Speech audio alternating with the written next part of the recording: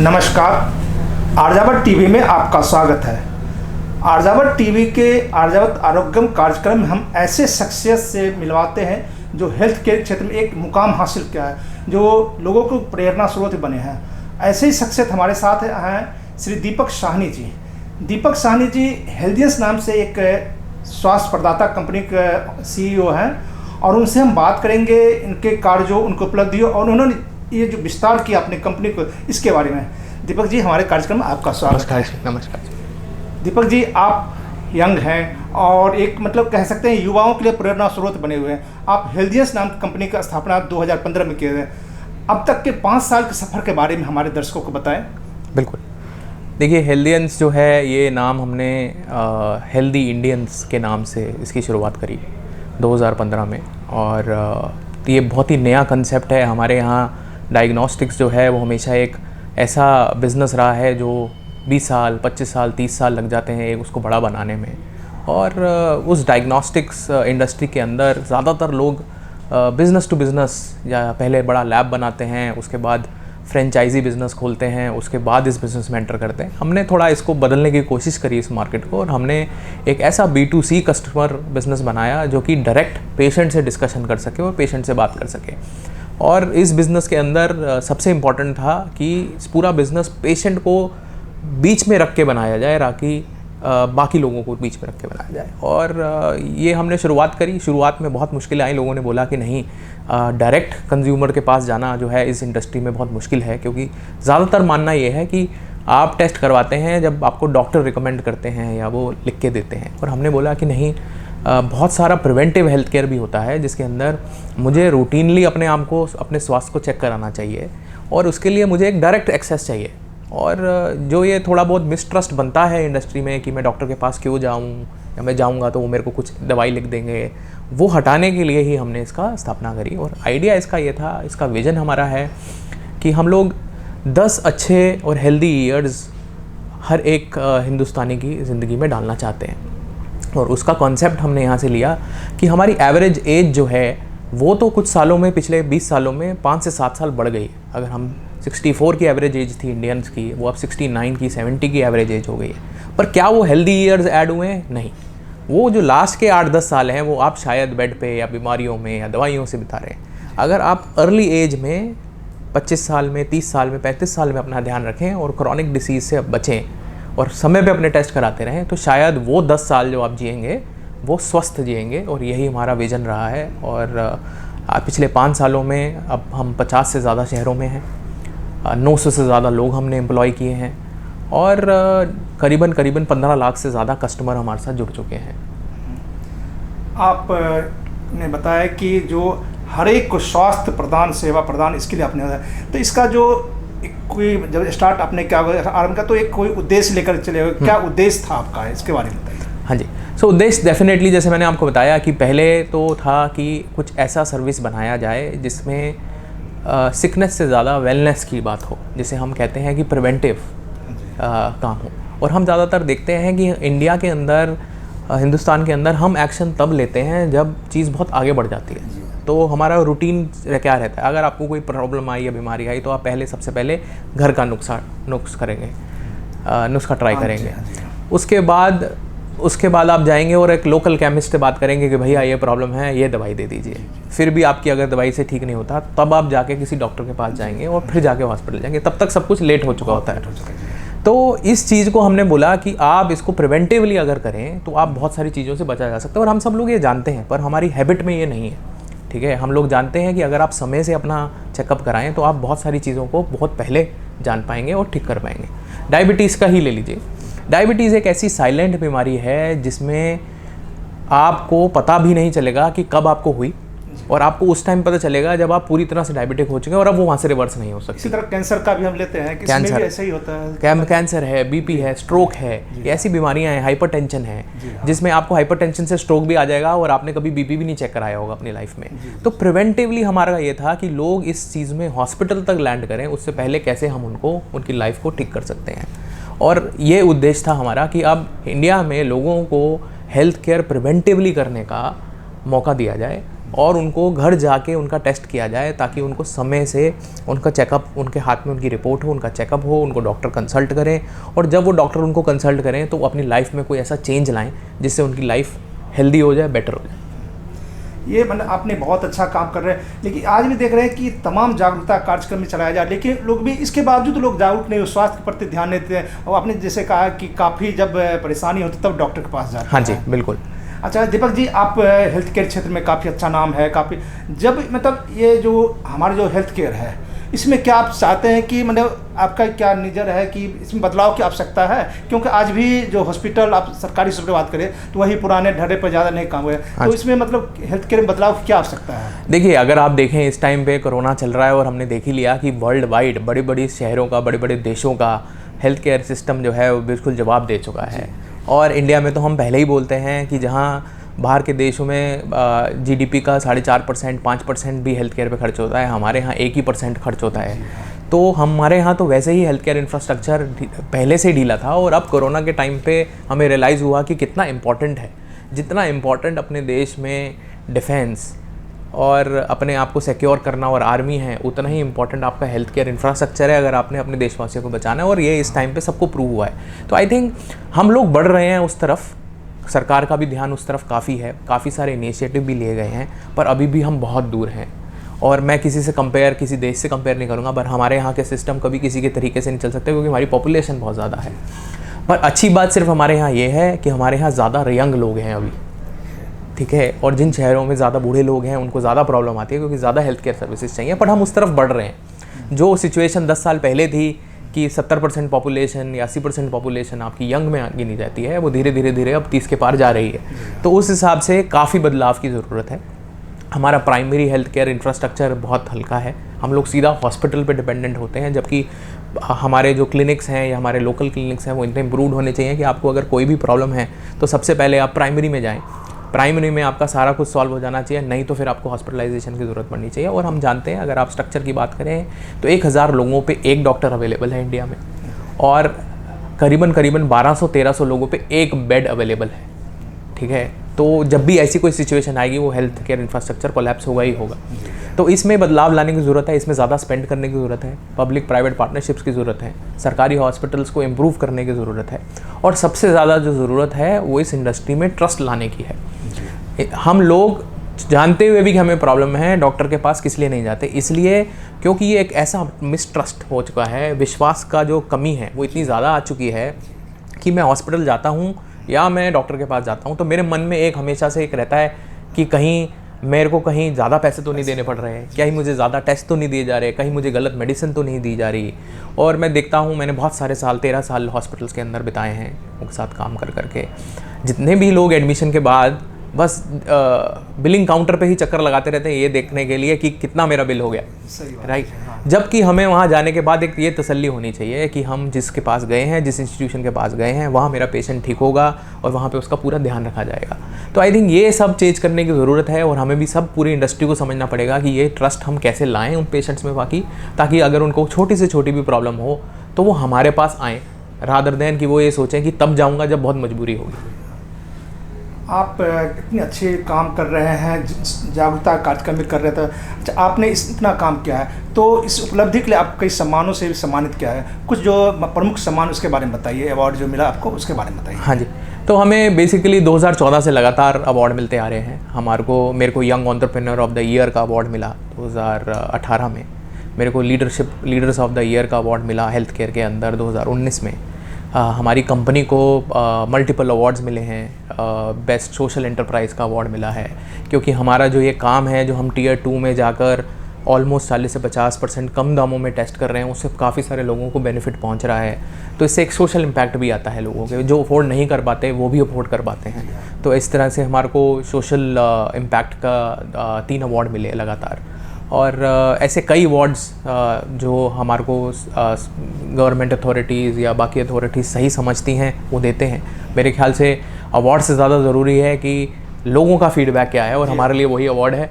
और हम अपने कस्टमर्स के फीडबैक को अच्छे से ट्रैक करते हैं और समझते हैं। और जब कोई हमारे को वहाँ से बोलता है, और मेरे को बहुत सारे कैंसर पेशेंट्स की खुद ईमेल आती है कि दीपक जी आपकी सर्विस के कारण मुझे जो कीमोथेरेपी में इतना खर्चा ऑलरेडी करना पड़ रहा है उतना ही खर्चा मुझे टेस्ट में भी करना पड़ता था, पर अब मेरे 50 से 60% पैसे बच जाते हैं। तो आपकी जो सर्विस है वो हम लोगों के लिए एक ब्लेसिंग है। तो आई थिंक वो अवार्ड जो है वो सबसे बड़ा अवार्ड है। हाँ, जैसा आपने कहा कि 15 लाख लोगों का आपके साथ विश्वास जुड़ा हुआ है, और जो कि आप अच्छा काम करें इसी कारण। अच्छा, अभी जो देश में, पूरे देश या विश्व में कहीं कोरोना महामारी का फैला हुआ है, अभी चल ही रहा है, इस दौरान हेल्थ की जो आप कंपनी, उसकी क्या भूमिका रही है इसका? देखिए, कोरोना जो है जिस दिन से स्टार्ट हुआ इंडिया के अंदर, हमने 15 मार्च को ही पहले ही सोचा कि हेल्दियंस जो है वो बाकी लोगों से इस मामले में अलग है कि हमारे पास सबसे ज़्यादा लोग हैं इंडिया में जो घर जाके सैंपल कलेक्ट करना जानते हैं, जबकि ज़्यादातर लोग जो है वो कलेक्शन सेंटर में या आपको कहीं जाके वहाँ पे सैंपल लेना पड़ता है। तो हमें पता लगा कि कोरोना एक ऐसी बीमारी है कि अगर ज़्यादा लोग इकट्ठे होंगे तो ये फैलेगी। तो आपके पास कोई ऑप्शन बचता नहीं है, आपके पास एक ही ऑप्शन बचता है, वो ऑप्शन है कि आप जाकर टेस्ट करें घर पर। और हमने इसी की चीज़ को सोल्यूशन मानते हुए सब सरकारों को लिखा कि हमारे पास इंडिया में ये सबसे बड़ी टीम है, अगर हम किसी तरीके से एक मदद कर सकते हैं इसके अंदर तो हम अपने लोगों को ट्रेन करना चाहेंगे। और हमने 15 मार्च के बाद अपने लोगों को कोरोना टेस्टिंग के सैंपल लेने के लिए ट्रेन किया, और उनको कैसे अपनी सेफ्टी रखनी है और पेशेंट की सेफ्टी रखनी है उसमें ट्रेन किया। उसमें 15 दिन लगे हम लोगों को, बट 15 दिन की एक्सटेंसिव ट्रेनिंग के बाद 1 अप्रैल तक हम रेडी हो चुके थे। और हमने बड़े सारे इनिशिएटिव लिए और सरकार ने भी हमारे काफ़ी उस चीज़ में मदद करी। हमने इंडिया का second drive through centre launch किया, जिसके अंदर आप गाड़ी में बैठ के आ सकते हैं और गाड़ी में ही आपका कोविड सैंपल लिया जाएगा और आप गाड़ी से जा सकते हैं ताकि ये फैले ना। फिर उसके बाद हमने अलग अलग जगहों पे कियोस्क लगाए। तो दिल्ली में, हरियाणा में, बेंगलोर में मिला के हमने कुछ 30 से ज़्यादा कियोस्क लगाए। वो कियोस्क जो है उसके अंदर एक सैंपल कलेक्शन के लिए फैसिलिटी रहती है। आप बाहर से आते हैं, हम खिड़की के थ्रू आपका नेज़ल स्वैब लेकर आपका सैंपल कलेक्शन कर सकते हैं, जिससे भी अगेन जो अंदर है उसको बार बार पीपी बदलने की ज़रूरत नहीं है और जो बाहर है उसको भी कोई रिस्क नहीं है। तो बिना रिस्क कैसे ज़्यादा से ज़्यादा सैंपल कलेक्ट किया जाए, इसके हमने ये इनोवेटिव लॉन्च किए तरीके।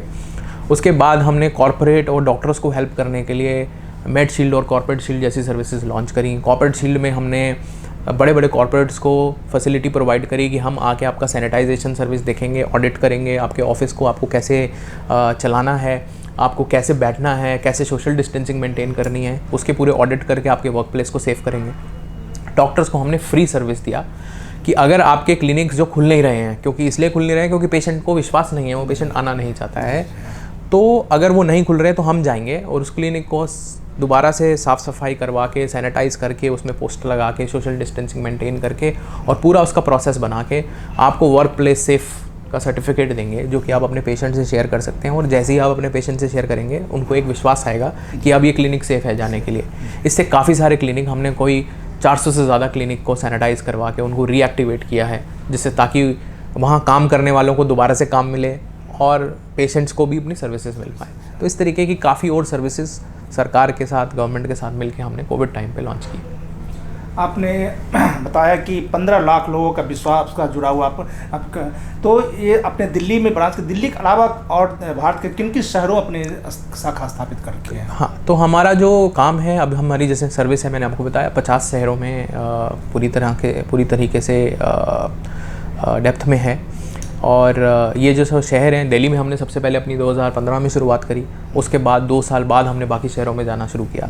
तो आज दिल्ली, मुंबई, बेंगलोर, हैदराबाद, कोलकाता, चेन्नई जैसे बड़े बड़े शहर, उसके बाद पूरा पंजाब, दिल्ली से लेकर अमृतसर तक सब हम कवर करते हैं। यूपी में हम लोग लखनऊ, कानपुर, आगरा, अलीगढ़, ये सारे शहर कवर करते हैं।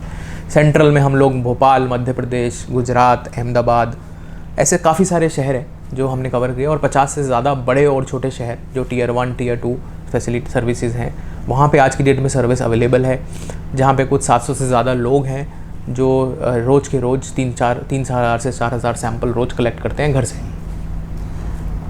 आप यंग हैं और मैंने लोगों को, काफ़ी लोग आपसे प्रेरित होते हैं, तो आपने कहा कि आपने हेल्थ केयर का क्षेत्र चुनाव किया। हाँ जी। इस क्षेत्र में काफ़ी कंपटीशन है, प्रतिस्पर्धा है। उन प्रतिस्पर्धाओं को कैसे आप अपने शामिल करते हैं, लोगों को बताते हैं, और चाहे ऐसा कोई वाकया जो आपको हमारे साथ शेयर कर सके? देखिए, कंपटीशन हर क्षेत्र में होता है, और जब आप स्टार्ट करते हैं तो बहुत ज़रूरी होता है कि आप एक तो अपना विज़न बिल्कुल क्लियर रखें और आपको जितनी भी प्रॉब्लम आ रही हैं उस पर्टिकुलर प्रॉब्लम्स को आप देखें कि इन सब प्रॉब्लम्स के ऊपर आप कैसे निकल पाएंगे, और उसके लिए आपकी परसीवरेंस जो है वो बहुत काम आती है।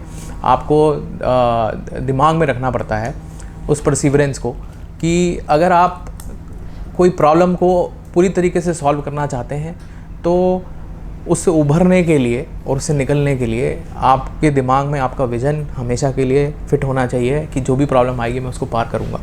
और ऐसे हमारे पास भी आई, जैसे कि अगर हम बात करें जब हमारा मॉडल नया था तो बड़े सारे लोगों ने हमको बोला कि मॉडल चलेगा नहीं, और एक मॉडल को चलाने के लिए जैसे फाइनेंशियल इन्वेस्टर्स की ज़रूरत होती है। और हम जब इन्वेस्टर्स के पास गए तो काफ़ी जगह पे छपा भी है पहले स्टोरीज़ में, हमें पहले 10 से 12 लोगों ने रिजेक्ट करा 1 साल तक कि ये मॉडल में हम पैसे नहीं लगा सकते क्योंकि हमें लगता नहीं है चलेगा। और आज ये ऐसा है कि करीबन 20 से भी ज़्यादा इन्वेस्टर्स इसके साथ जुड़े हैं ओवर द टाइम, और 4 से 5 राउंड हम लोग रेस कर चुके हैं इसके ऊपर।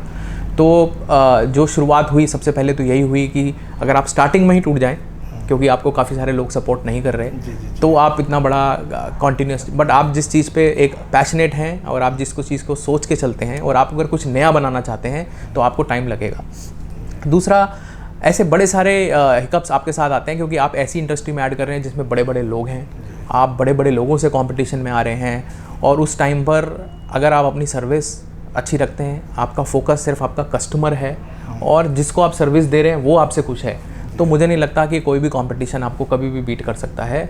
और ये मार्केट वैसे भी बहुत बड़ी है।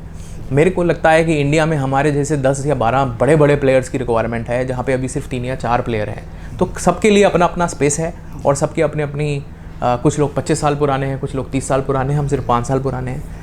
और अभी तक जो हमने 5 साल में ग्रोथ करी है वो शायद ही किसी ने 20-25 साल में करी हो इस इंडस्ट्री में, जिसके लिए आई थिंक आपकी सर्विस और आपके कस्टमर यही सबसे मेन वो है। सर, आपने कहा कि कोरोना के दौरान भी काफ़ी काम किया, तो आप कई सामाजिक कार्यों में भी शामिल रहते हैं, तो वो क्या क्या आप करते हैं और उससे हेल्थ से कैसे उन्हें जोड़ते हैं, सामाजिक क्षेत्रों को कैसे जोड़ते हैं अपने? देखिए जी, बहुत सारे ऐसे सामाजिक कार्य होते हैं जो आप ऑब्वियसली डिस्क्लोज़ नहीं करते हैं, आप करते रहते हैं, और बहुत सारे ऐसे हैं जहाँ पे हम हेल्प करते हैं। तो सबसे पहला तो क्षेत्र यही रहता है हमारे लिए कि कैसे हम एक ऑनेस्ट कॉस्ट प्रोवाइड करें लोगों को। ऐसी कोई कॉस्ट ना हो जिसमें लोगों की कमीशन इन्वॉल्व है या उसकी वजह से आप ज़्यादा पैसे चार्ज कर रहे हैं, तो आप कैसे, तो हमारे रेट ऑलरेडी सब लोग जानते हैं कि मार्केट से 40-50% कम है। वो इसलिए क्योंकि हमारे लिए कोई मिडल मैन नहीं है, तो सबसे पहले तो वो। दूसरा, बहुत सारे ऐसी सर्विसेज जैसे सीनियर सिटीजन्स के लिए अलग से डिस्काउंट है, कैंसर पेशेंट के लिए अलग से डिस्काउंट है, तो हम टाइम टू टाइम अपने एग्जिस्टिंग और बाकी लोगों के लिए फर्दर और कूपन डिस्काउंट और बाकी सब चीज़ें निकालते रहते हैं ताकि उन लोगों को एक अफोर्डेबल और एक्सेसिबल हेल्थ केयर जिसे कहते हैं कि आप तक पहुंच पाए वो सर्विस एक सही दाम में, उसको हम लोग क्रिएट करते हैं। और जैसे कि कोरोना के दौरान मैंने आपको बताया, डॉक्टर्स के लिए हमारा डॉक्टर्स से ऐसा कोई रिलेशनशिप या कोई वो नहीं है, बट हमारे को लगा ये हमारी इंडस्ट्री है और आज ये इंडस्ट्री एक प्रॉब्लम में है कोरोना की वजह से, क्योंकि ज़्यादातर लोग कलेक्टिव सर्जरी नहीं करा रहे, इलेक्टिव सर्जरी नहीं करा रहे, ज़्यादातर लोग ओपीडी में नहीं जा रहे डर के कारण। उस वजह से डॉक्टर तो सर्वाइव कर लेंगे, बट वहाँ काम करने वाले कर्मचारी उनको घर पे बैठना पड़ रहा है। तो हमने ये पूरा का पूरा सर्विस, जबकि एक क्लिनिक को सैनिटाइज करने में आपका खर्चा आता है, बाकी सर्विसेज में खर्चा आता है, पर हमने 400 से ज़्यादा क्लिनिक्स को ये फ्री में सर्विस प्रोवाइड करी। आज भी ये सर्विस लाइव है। कहीं से भी कोई अगर हमें फ़ोन करता है कि हमारा ये क्लिनिक है, हम भेजते हैं और पूरा उसको रेडी करवाते हैं और पूरा उसको एक्टिवेट कराते हैं। तो इस तरीके के सोशल कॉजेज़, इस तरीके का सोशल इम्पैक्ट आपको लगता है कि इंडस्ट्री ने आपको कुछ जगह दी है, मुकाम दिया है, तो आपको उनको भी कुछ ना कुछ बदले में और देना है, और इसी गिविंग बैक एटीट्यूड के साथ ही हम लोग अपना कार्य करते रहते हैं। सर, हेल्दियंस के साथ प्रसिद्ध क्रिकेटर युवराज जी का नाम जुड़ा हुआ है, वो कैसे आपके साथ जुड़े हैं, उनके बारे में बताइए। देखिए, युवराज और हमारी कहानी शुरू से ही है। 2015 में ही जब हमने शुरुआत किया, 3-4 महीने बाद युवराज सिंह जी ने अपना नया फ़ंड लॉन्च किया यूवी कैन वेंचर्स के नाम से, और जब ये फ़ंड लॉन्च हुआ तो मेरा उनके किसी ऑफिस के बंदे से कांटेक्ट हुआ गुड़गांव में ही, और उन्होंने पूछा कि आप क्या करते हैं। हमने पूरी डिटेल करी सर्विस। आई थिंक उसी के 1 हफ्ते बाद युवराज ने हमें अपने घर बुलाया और पूछा कि हम क्या क्या करना चाह रहे हैं, क्यों करना चाह रहे हैं, पीछे विजन क्या है। और जैसा कि आप जानते हैं कि वो खुद एक कैंसर सर्वाइवर हैं, उनको उनका जो हेल्थ केयर की तरफ जो उनका झुकाव है और ध्यान है और प्रिवेंटिव हेल्थ केयर की तरफ वो ऑलरेडी बहुत ज़्यादा है। वो अपनी फाउंडेशन चलाते हैं, लोगों को बहुत मदद करते हैं ऑलरेडी। तो उनको लगा कि ये एक ऐसा कॉज है जिससे लोगों को ये जागरूकता मिलेगी कि प्रिवेंटिवली हेल्थ केयर में अपने आप को चेक करवाते रहना चाहिए, जिससे जैसे कि आपने बोला कैंसर या इस तरह की बीमारियों से बचा जा सकता है। तो जब उन्होंने पूरा कॉन्सेप्ट समझा, तो 1 आध घंटे मीटिंग करने के बाद उन्होंने बोला कि ना ही मेरा ब्रांड, मैं खुद आपके साथ मिलकर काम करूँगा, इस कंपनी में पैसा भी लगाऊंगा और आपके साथ भी रहूँगा। और वो दिन है और अब का दिन है कि हम कॉन्टीन्यूसली उनके साथ हैं और उन्होंने एक्टिव पार्टिसिपेशन किया है। वो अपने सोशल मीडिया चैनल्स के थ्रू, अपनी वीडियोस के थ्रू, मैसेजेस के थ्रू ब्रांड में हमारे को हेल्प करते हैं। और उन्होंने 2015 में पैसे भी हमारे साथ इन्वेस्ट किए और आई थिंक उससे काफ़ी कंपनी को हेल्प मिला, उसको रिकॉग्निशन मिली, एक ट्रस्ट मिला।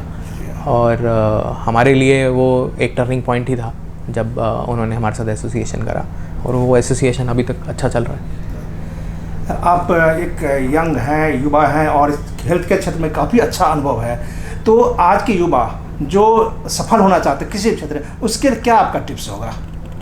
देखिए, मुझे क्या लगता है, अब जैसे कोरोना टाइम आ भी चुका है, मैं तो सबको एनकरेज करता हूँ कि शायद एंटरप्रेन्योरशिप जिसे हम कहते हैं, अपना काम करना, सेल्फ एम्प्लॉयड होना, एक बहुत ही अच्छा करियर पाथ है।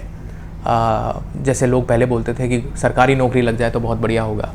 मुझे लगता है कि अगर आप सही में कुछ अच्छा करना चाहते हैं तो आपको एंटरप्रेन्योर बनना चाहिए और मैं ज़्यादा से ज़्यादा लोगों को एंटरप्रेन्योर बनने में हेल्प भी करता हूँ और बताता भी हूँ। और जितने भी यंग लोग हैं उनके लिए जब आप एंटरप्रेन्योर बने तो 2 या 3 चीज़ें जो हैं वो सबसे इम्पॉर्टेंट है। सबसे पहले कि आप जो करना चाहते हैं वो क्या सही में किसी जेन्युइन प्रॉब्लम को सॉल्व कर रहा है कि नहीं, इसको देखें। और आप जिस प्रॉब्लम को सॉल्व करने जा रहे हैं वो कितनी बड़ी है। अगर वो बड़ी है और आपके पास उसका सोल्यूशन है और वो एक ऐसा सोल्यूशन है जिस सोल्यूशन को लेने के लिए कोई पैसा देने को तैयार है, तो आप डेफिनेटली उसको परस्यू करें। और अगर आप उसको लेकर पैशनेट हैं तो आपको बहुत सी मुश्किलें आएंगी। नौकरी और सब चीज़ करना आसान है, ये काम उतना ही मुश्किल है। बट अगर आप समझते हैं कि आपको वो करना है तो आई थिंक आपके लिए कुछ भी मुश्किल नहीं है और नामुमकिन नहीं है। आप करते चले जाएंगे और आप आगे बढ़ते चले जाएंगे और आपको कोई ना कोई सपोर्ट मिलती जाएगी। और इस इंडस्ट्री में मेरा अनुभव यही रहा है कि जब आप कुछ सही करने जा रहे हो और आपको लगता हो इंट्यूटिवनेस से कि मुझे पता है कि मैं ये कर लूँगा, और आप उस पर कॉन्टीन्यूसली फोकस करके 18 घंटे काम करना चाहते हैं, कर सकते हैं और उसका कोई पर्पस है, तो उस पर्पस के पीछे अगर आप जाएंगे तो आप 100% सफल होंगे। बस मेहनत करते जाइए और आगे बढ़ते जाइए, आपको बहुत सारे लोग बैकअप करने के लिए मिलेंगे। बस आप मेहनत करते जाइए और अपनी सफलता को बढ़ते जाइए, कहना है दीपक साहनी जी का। दीपक जी हमारे कार्यक्रम आए, आपके लिए इसको बहुत बहुत धन्यवाद। धन्यवाद जी।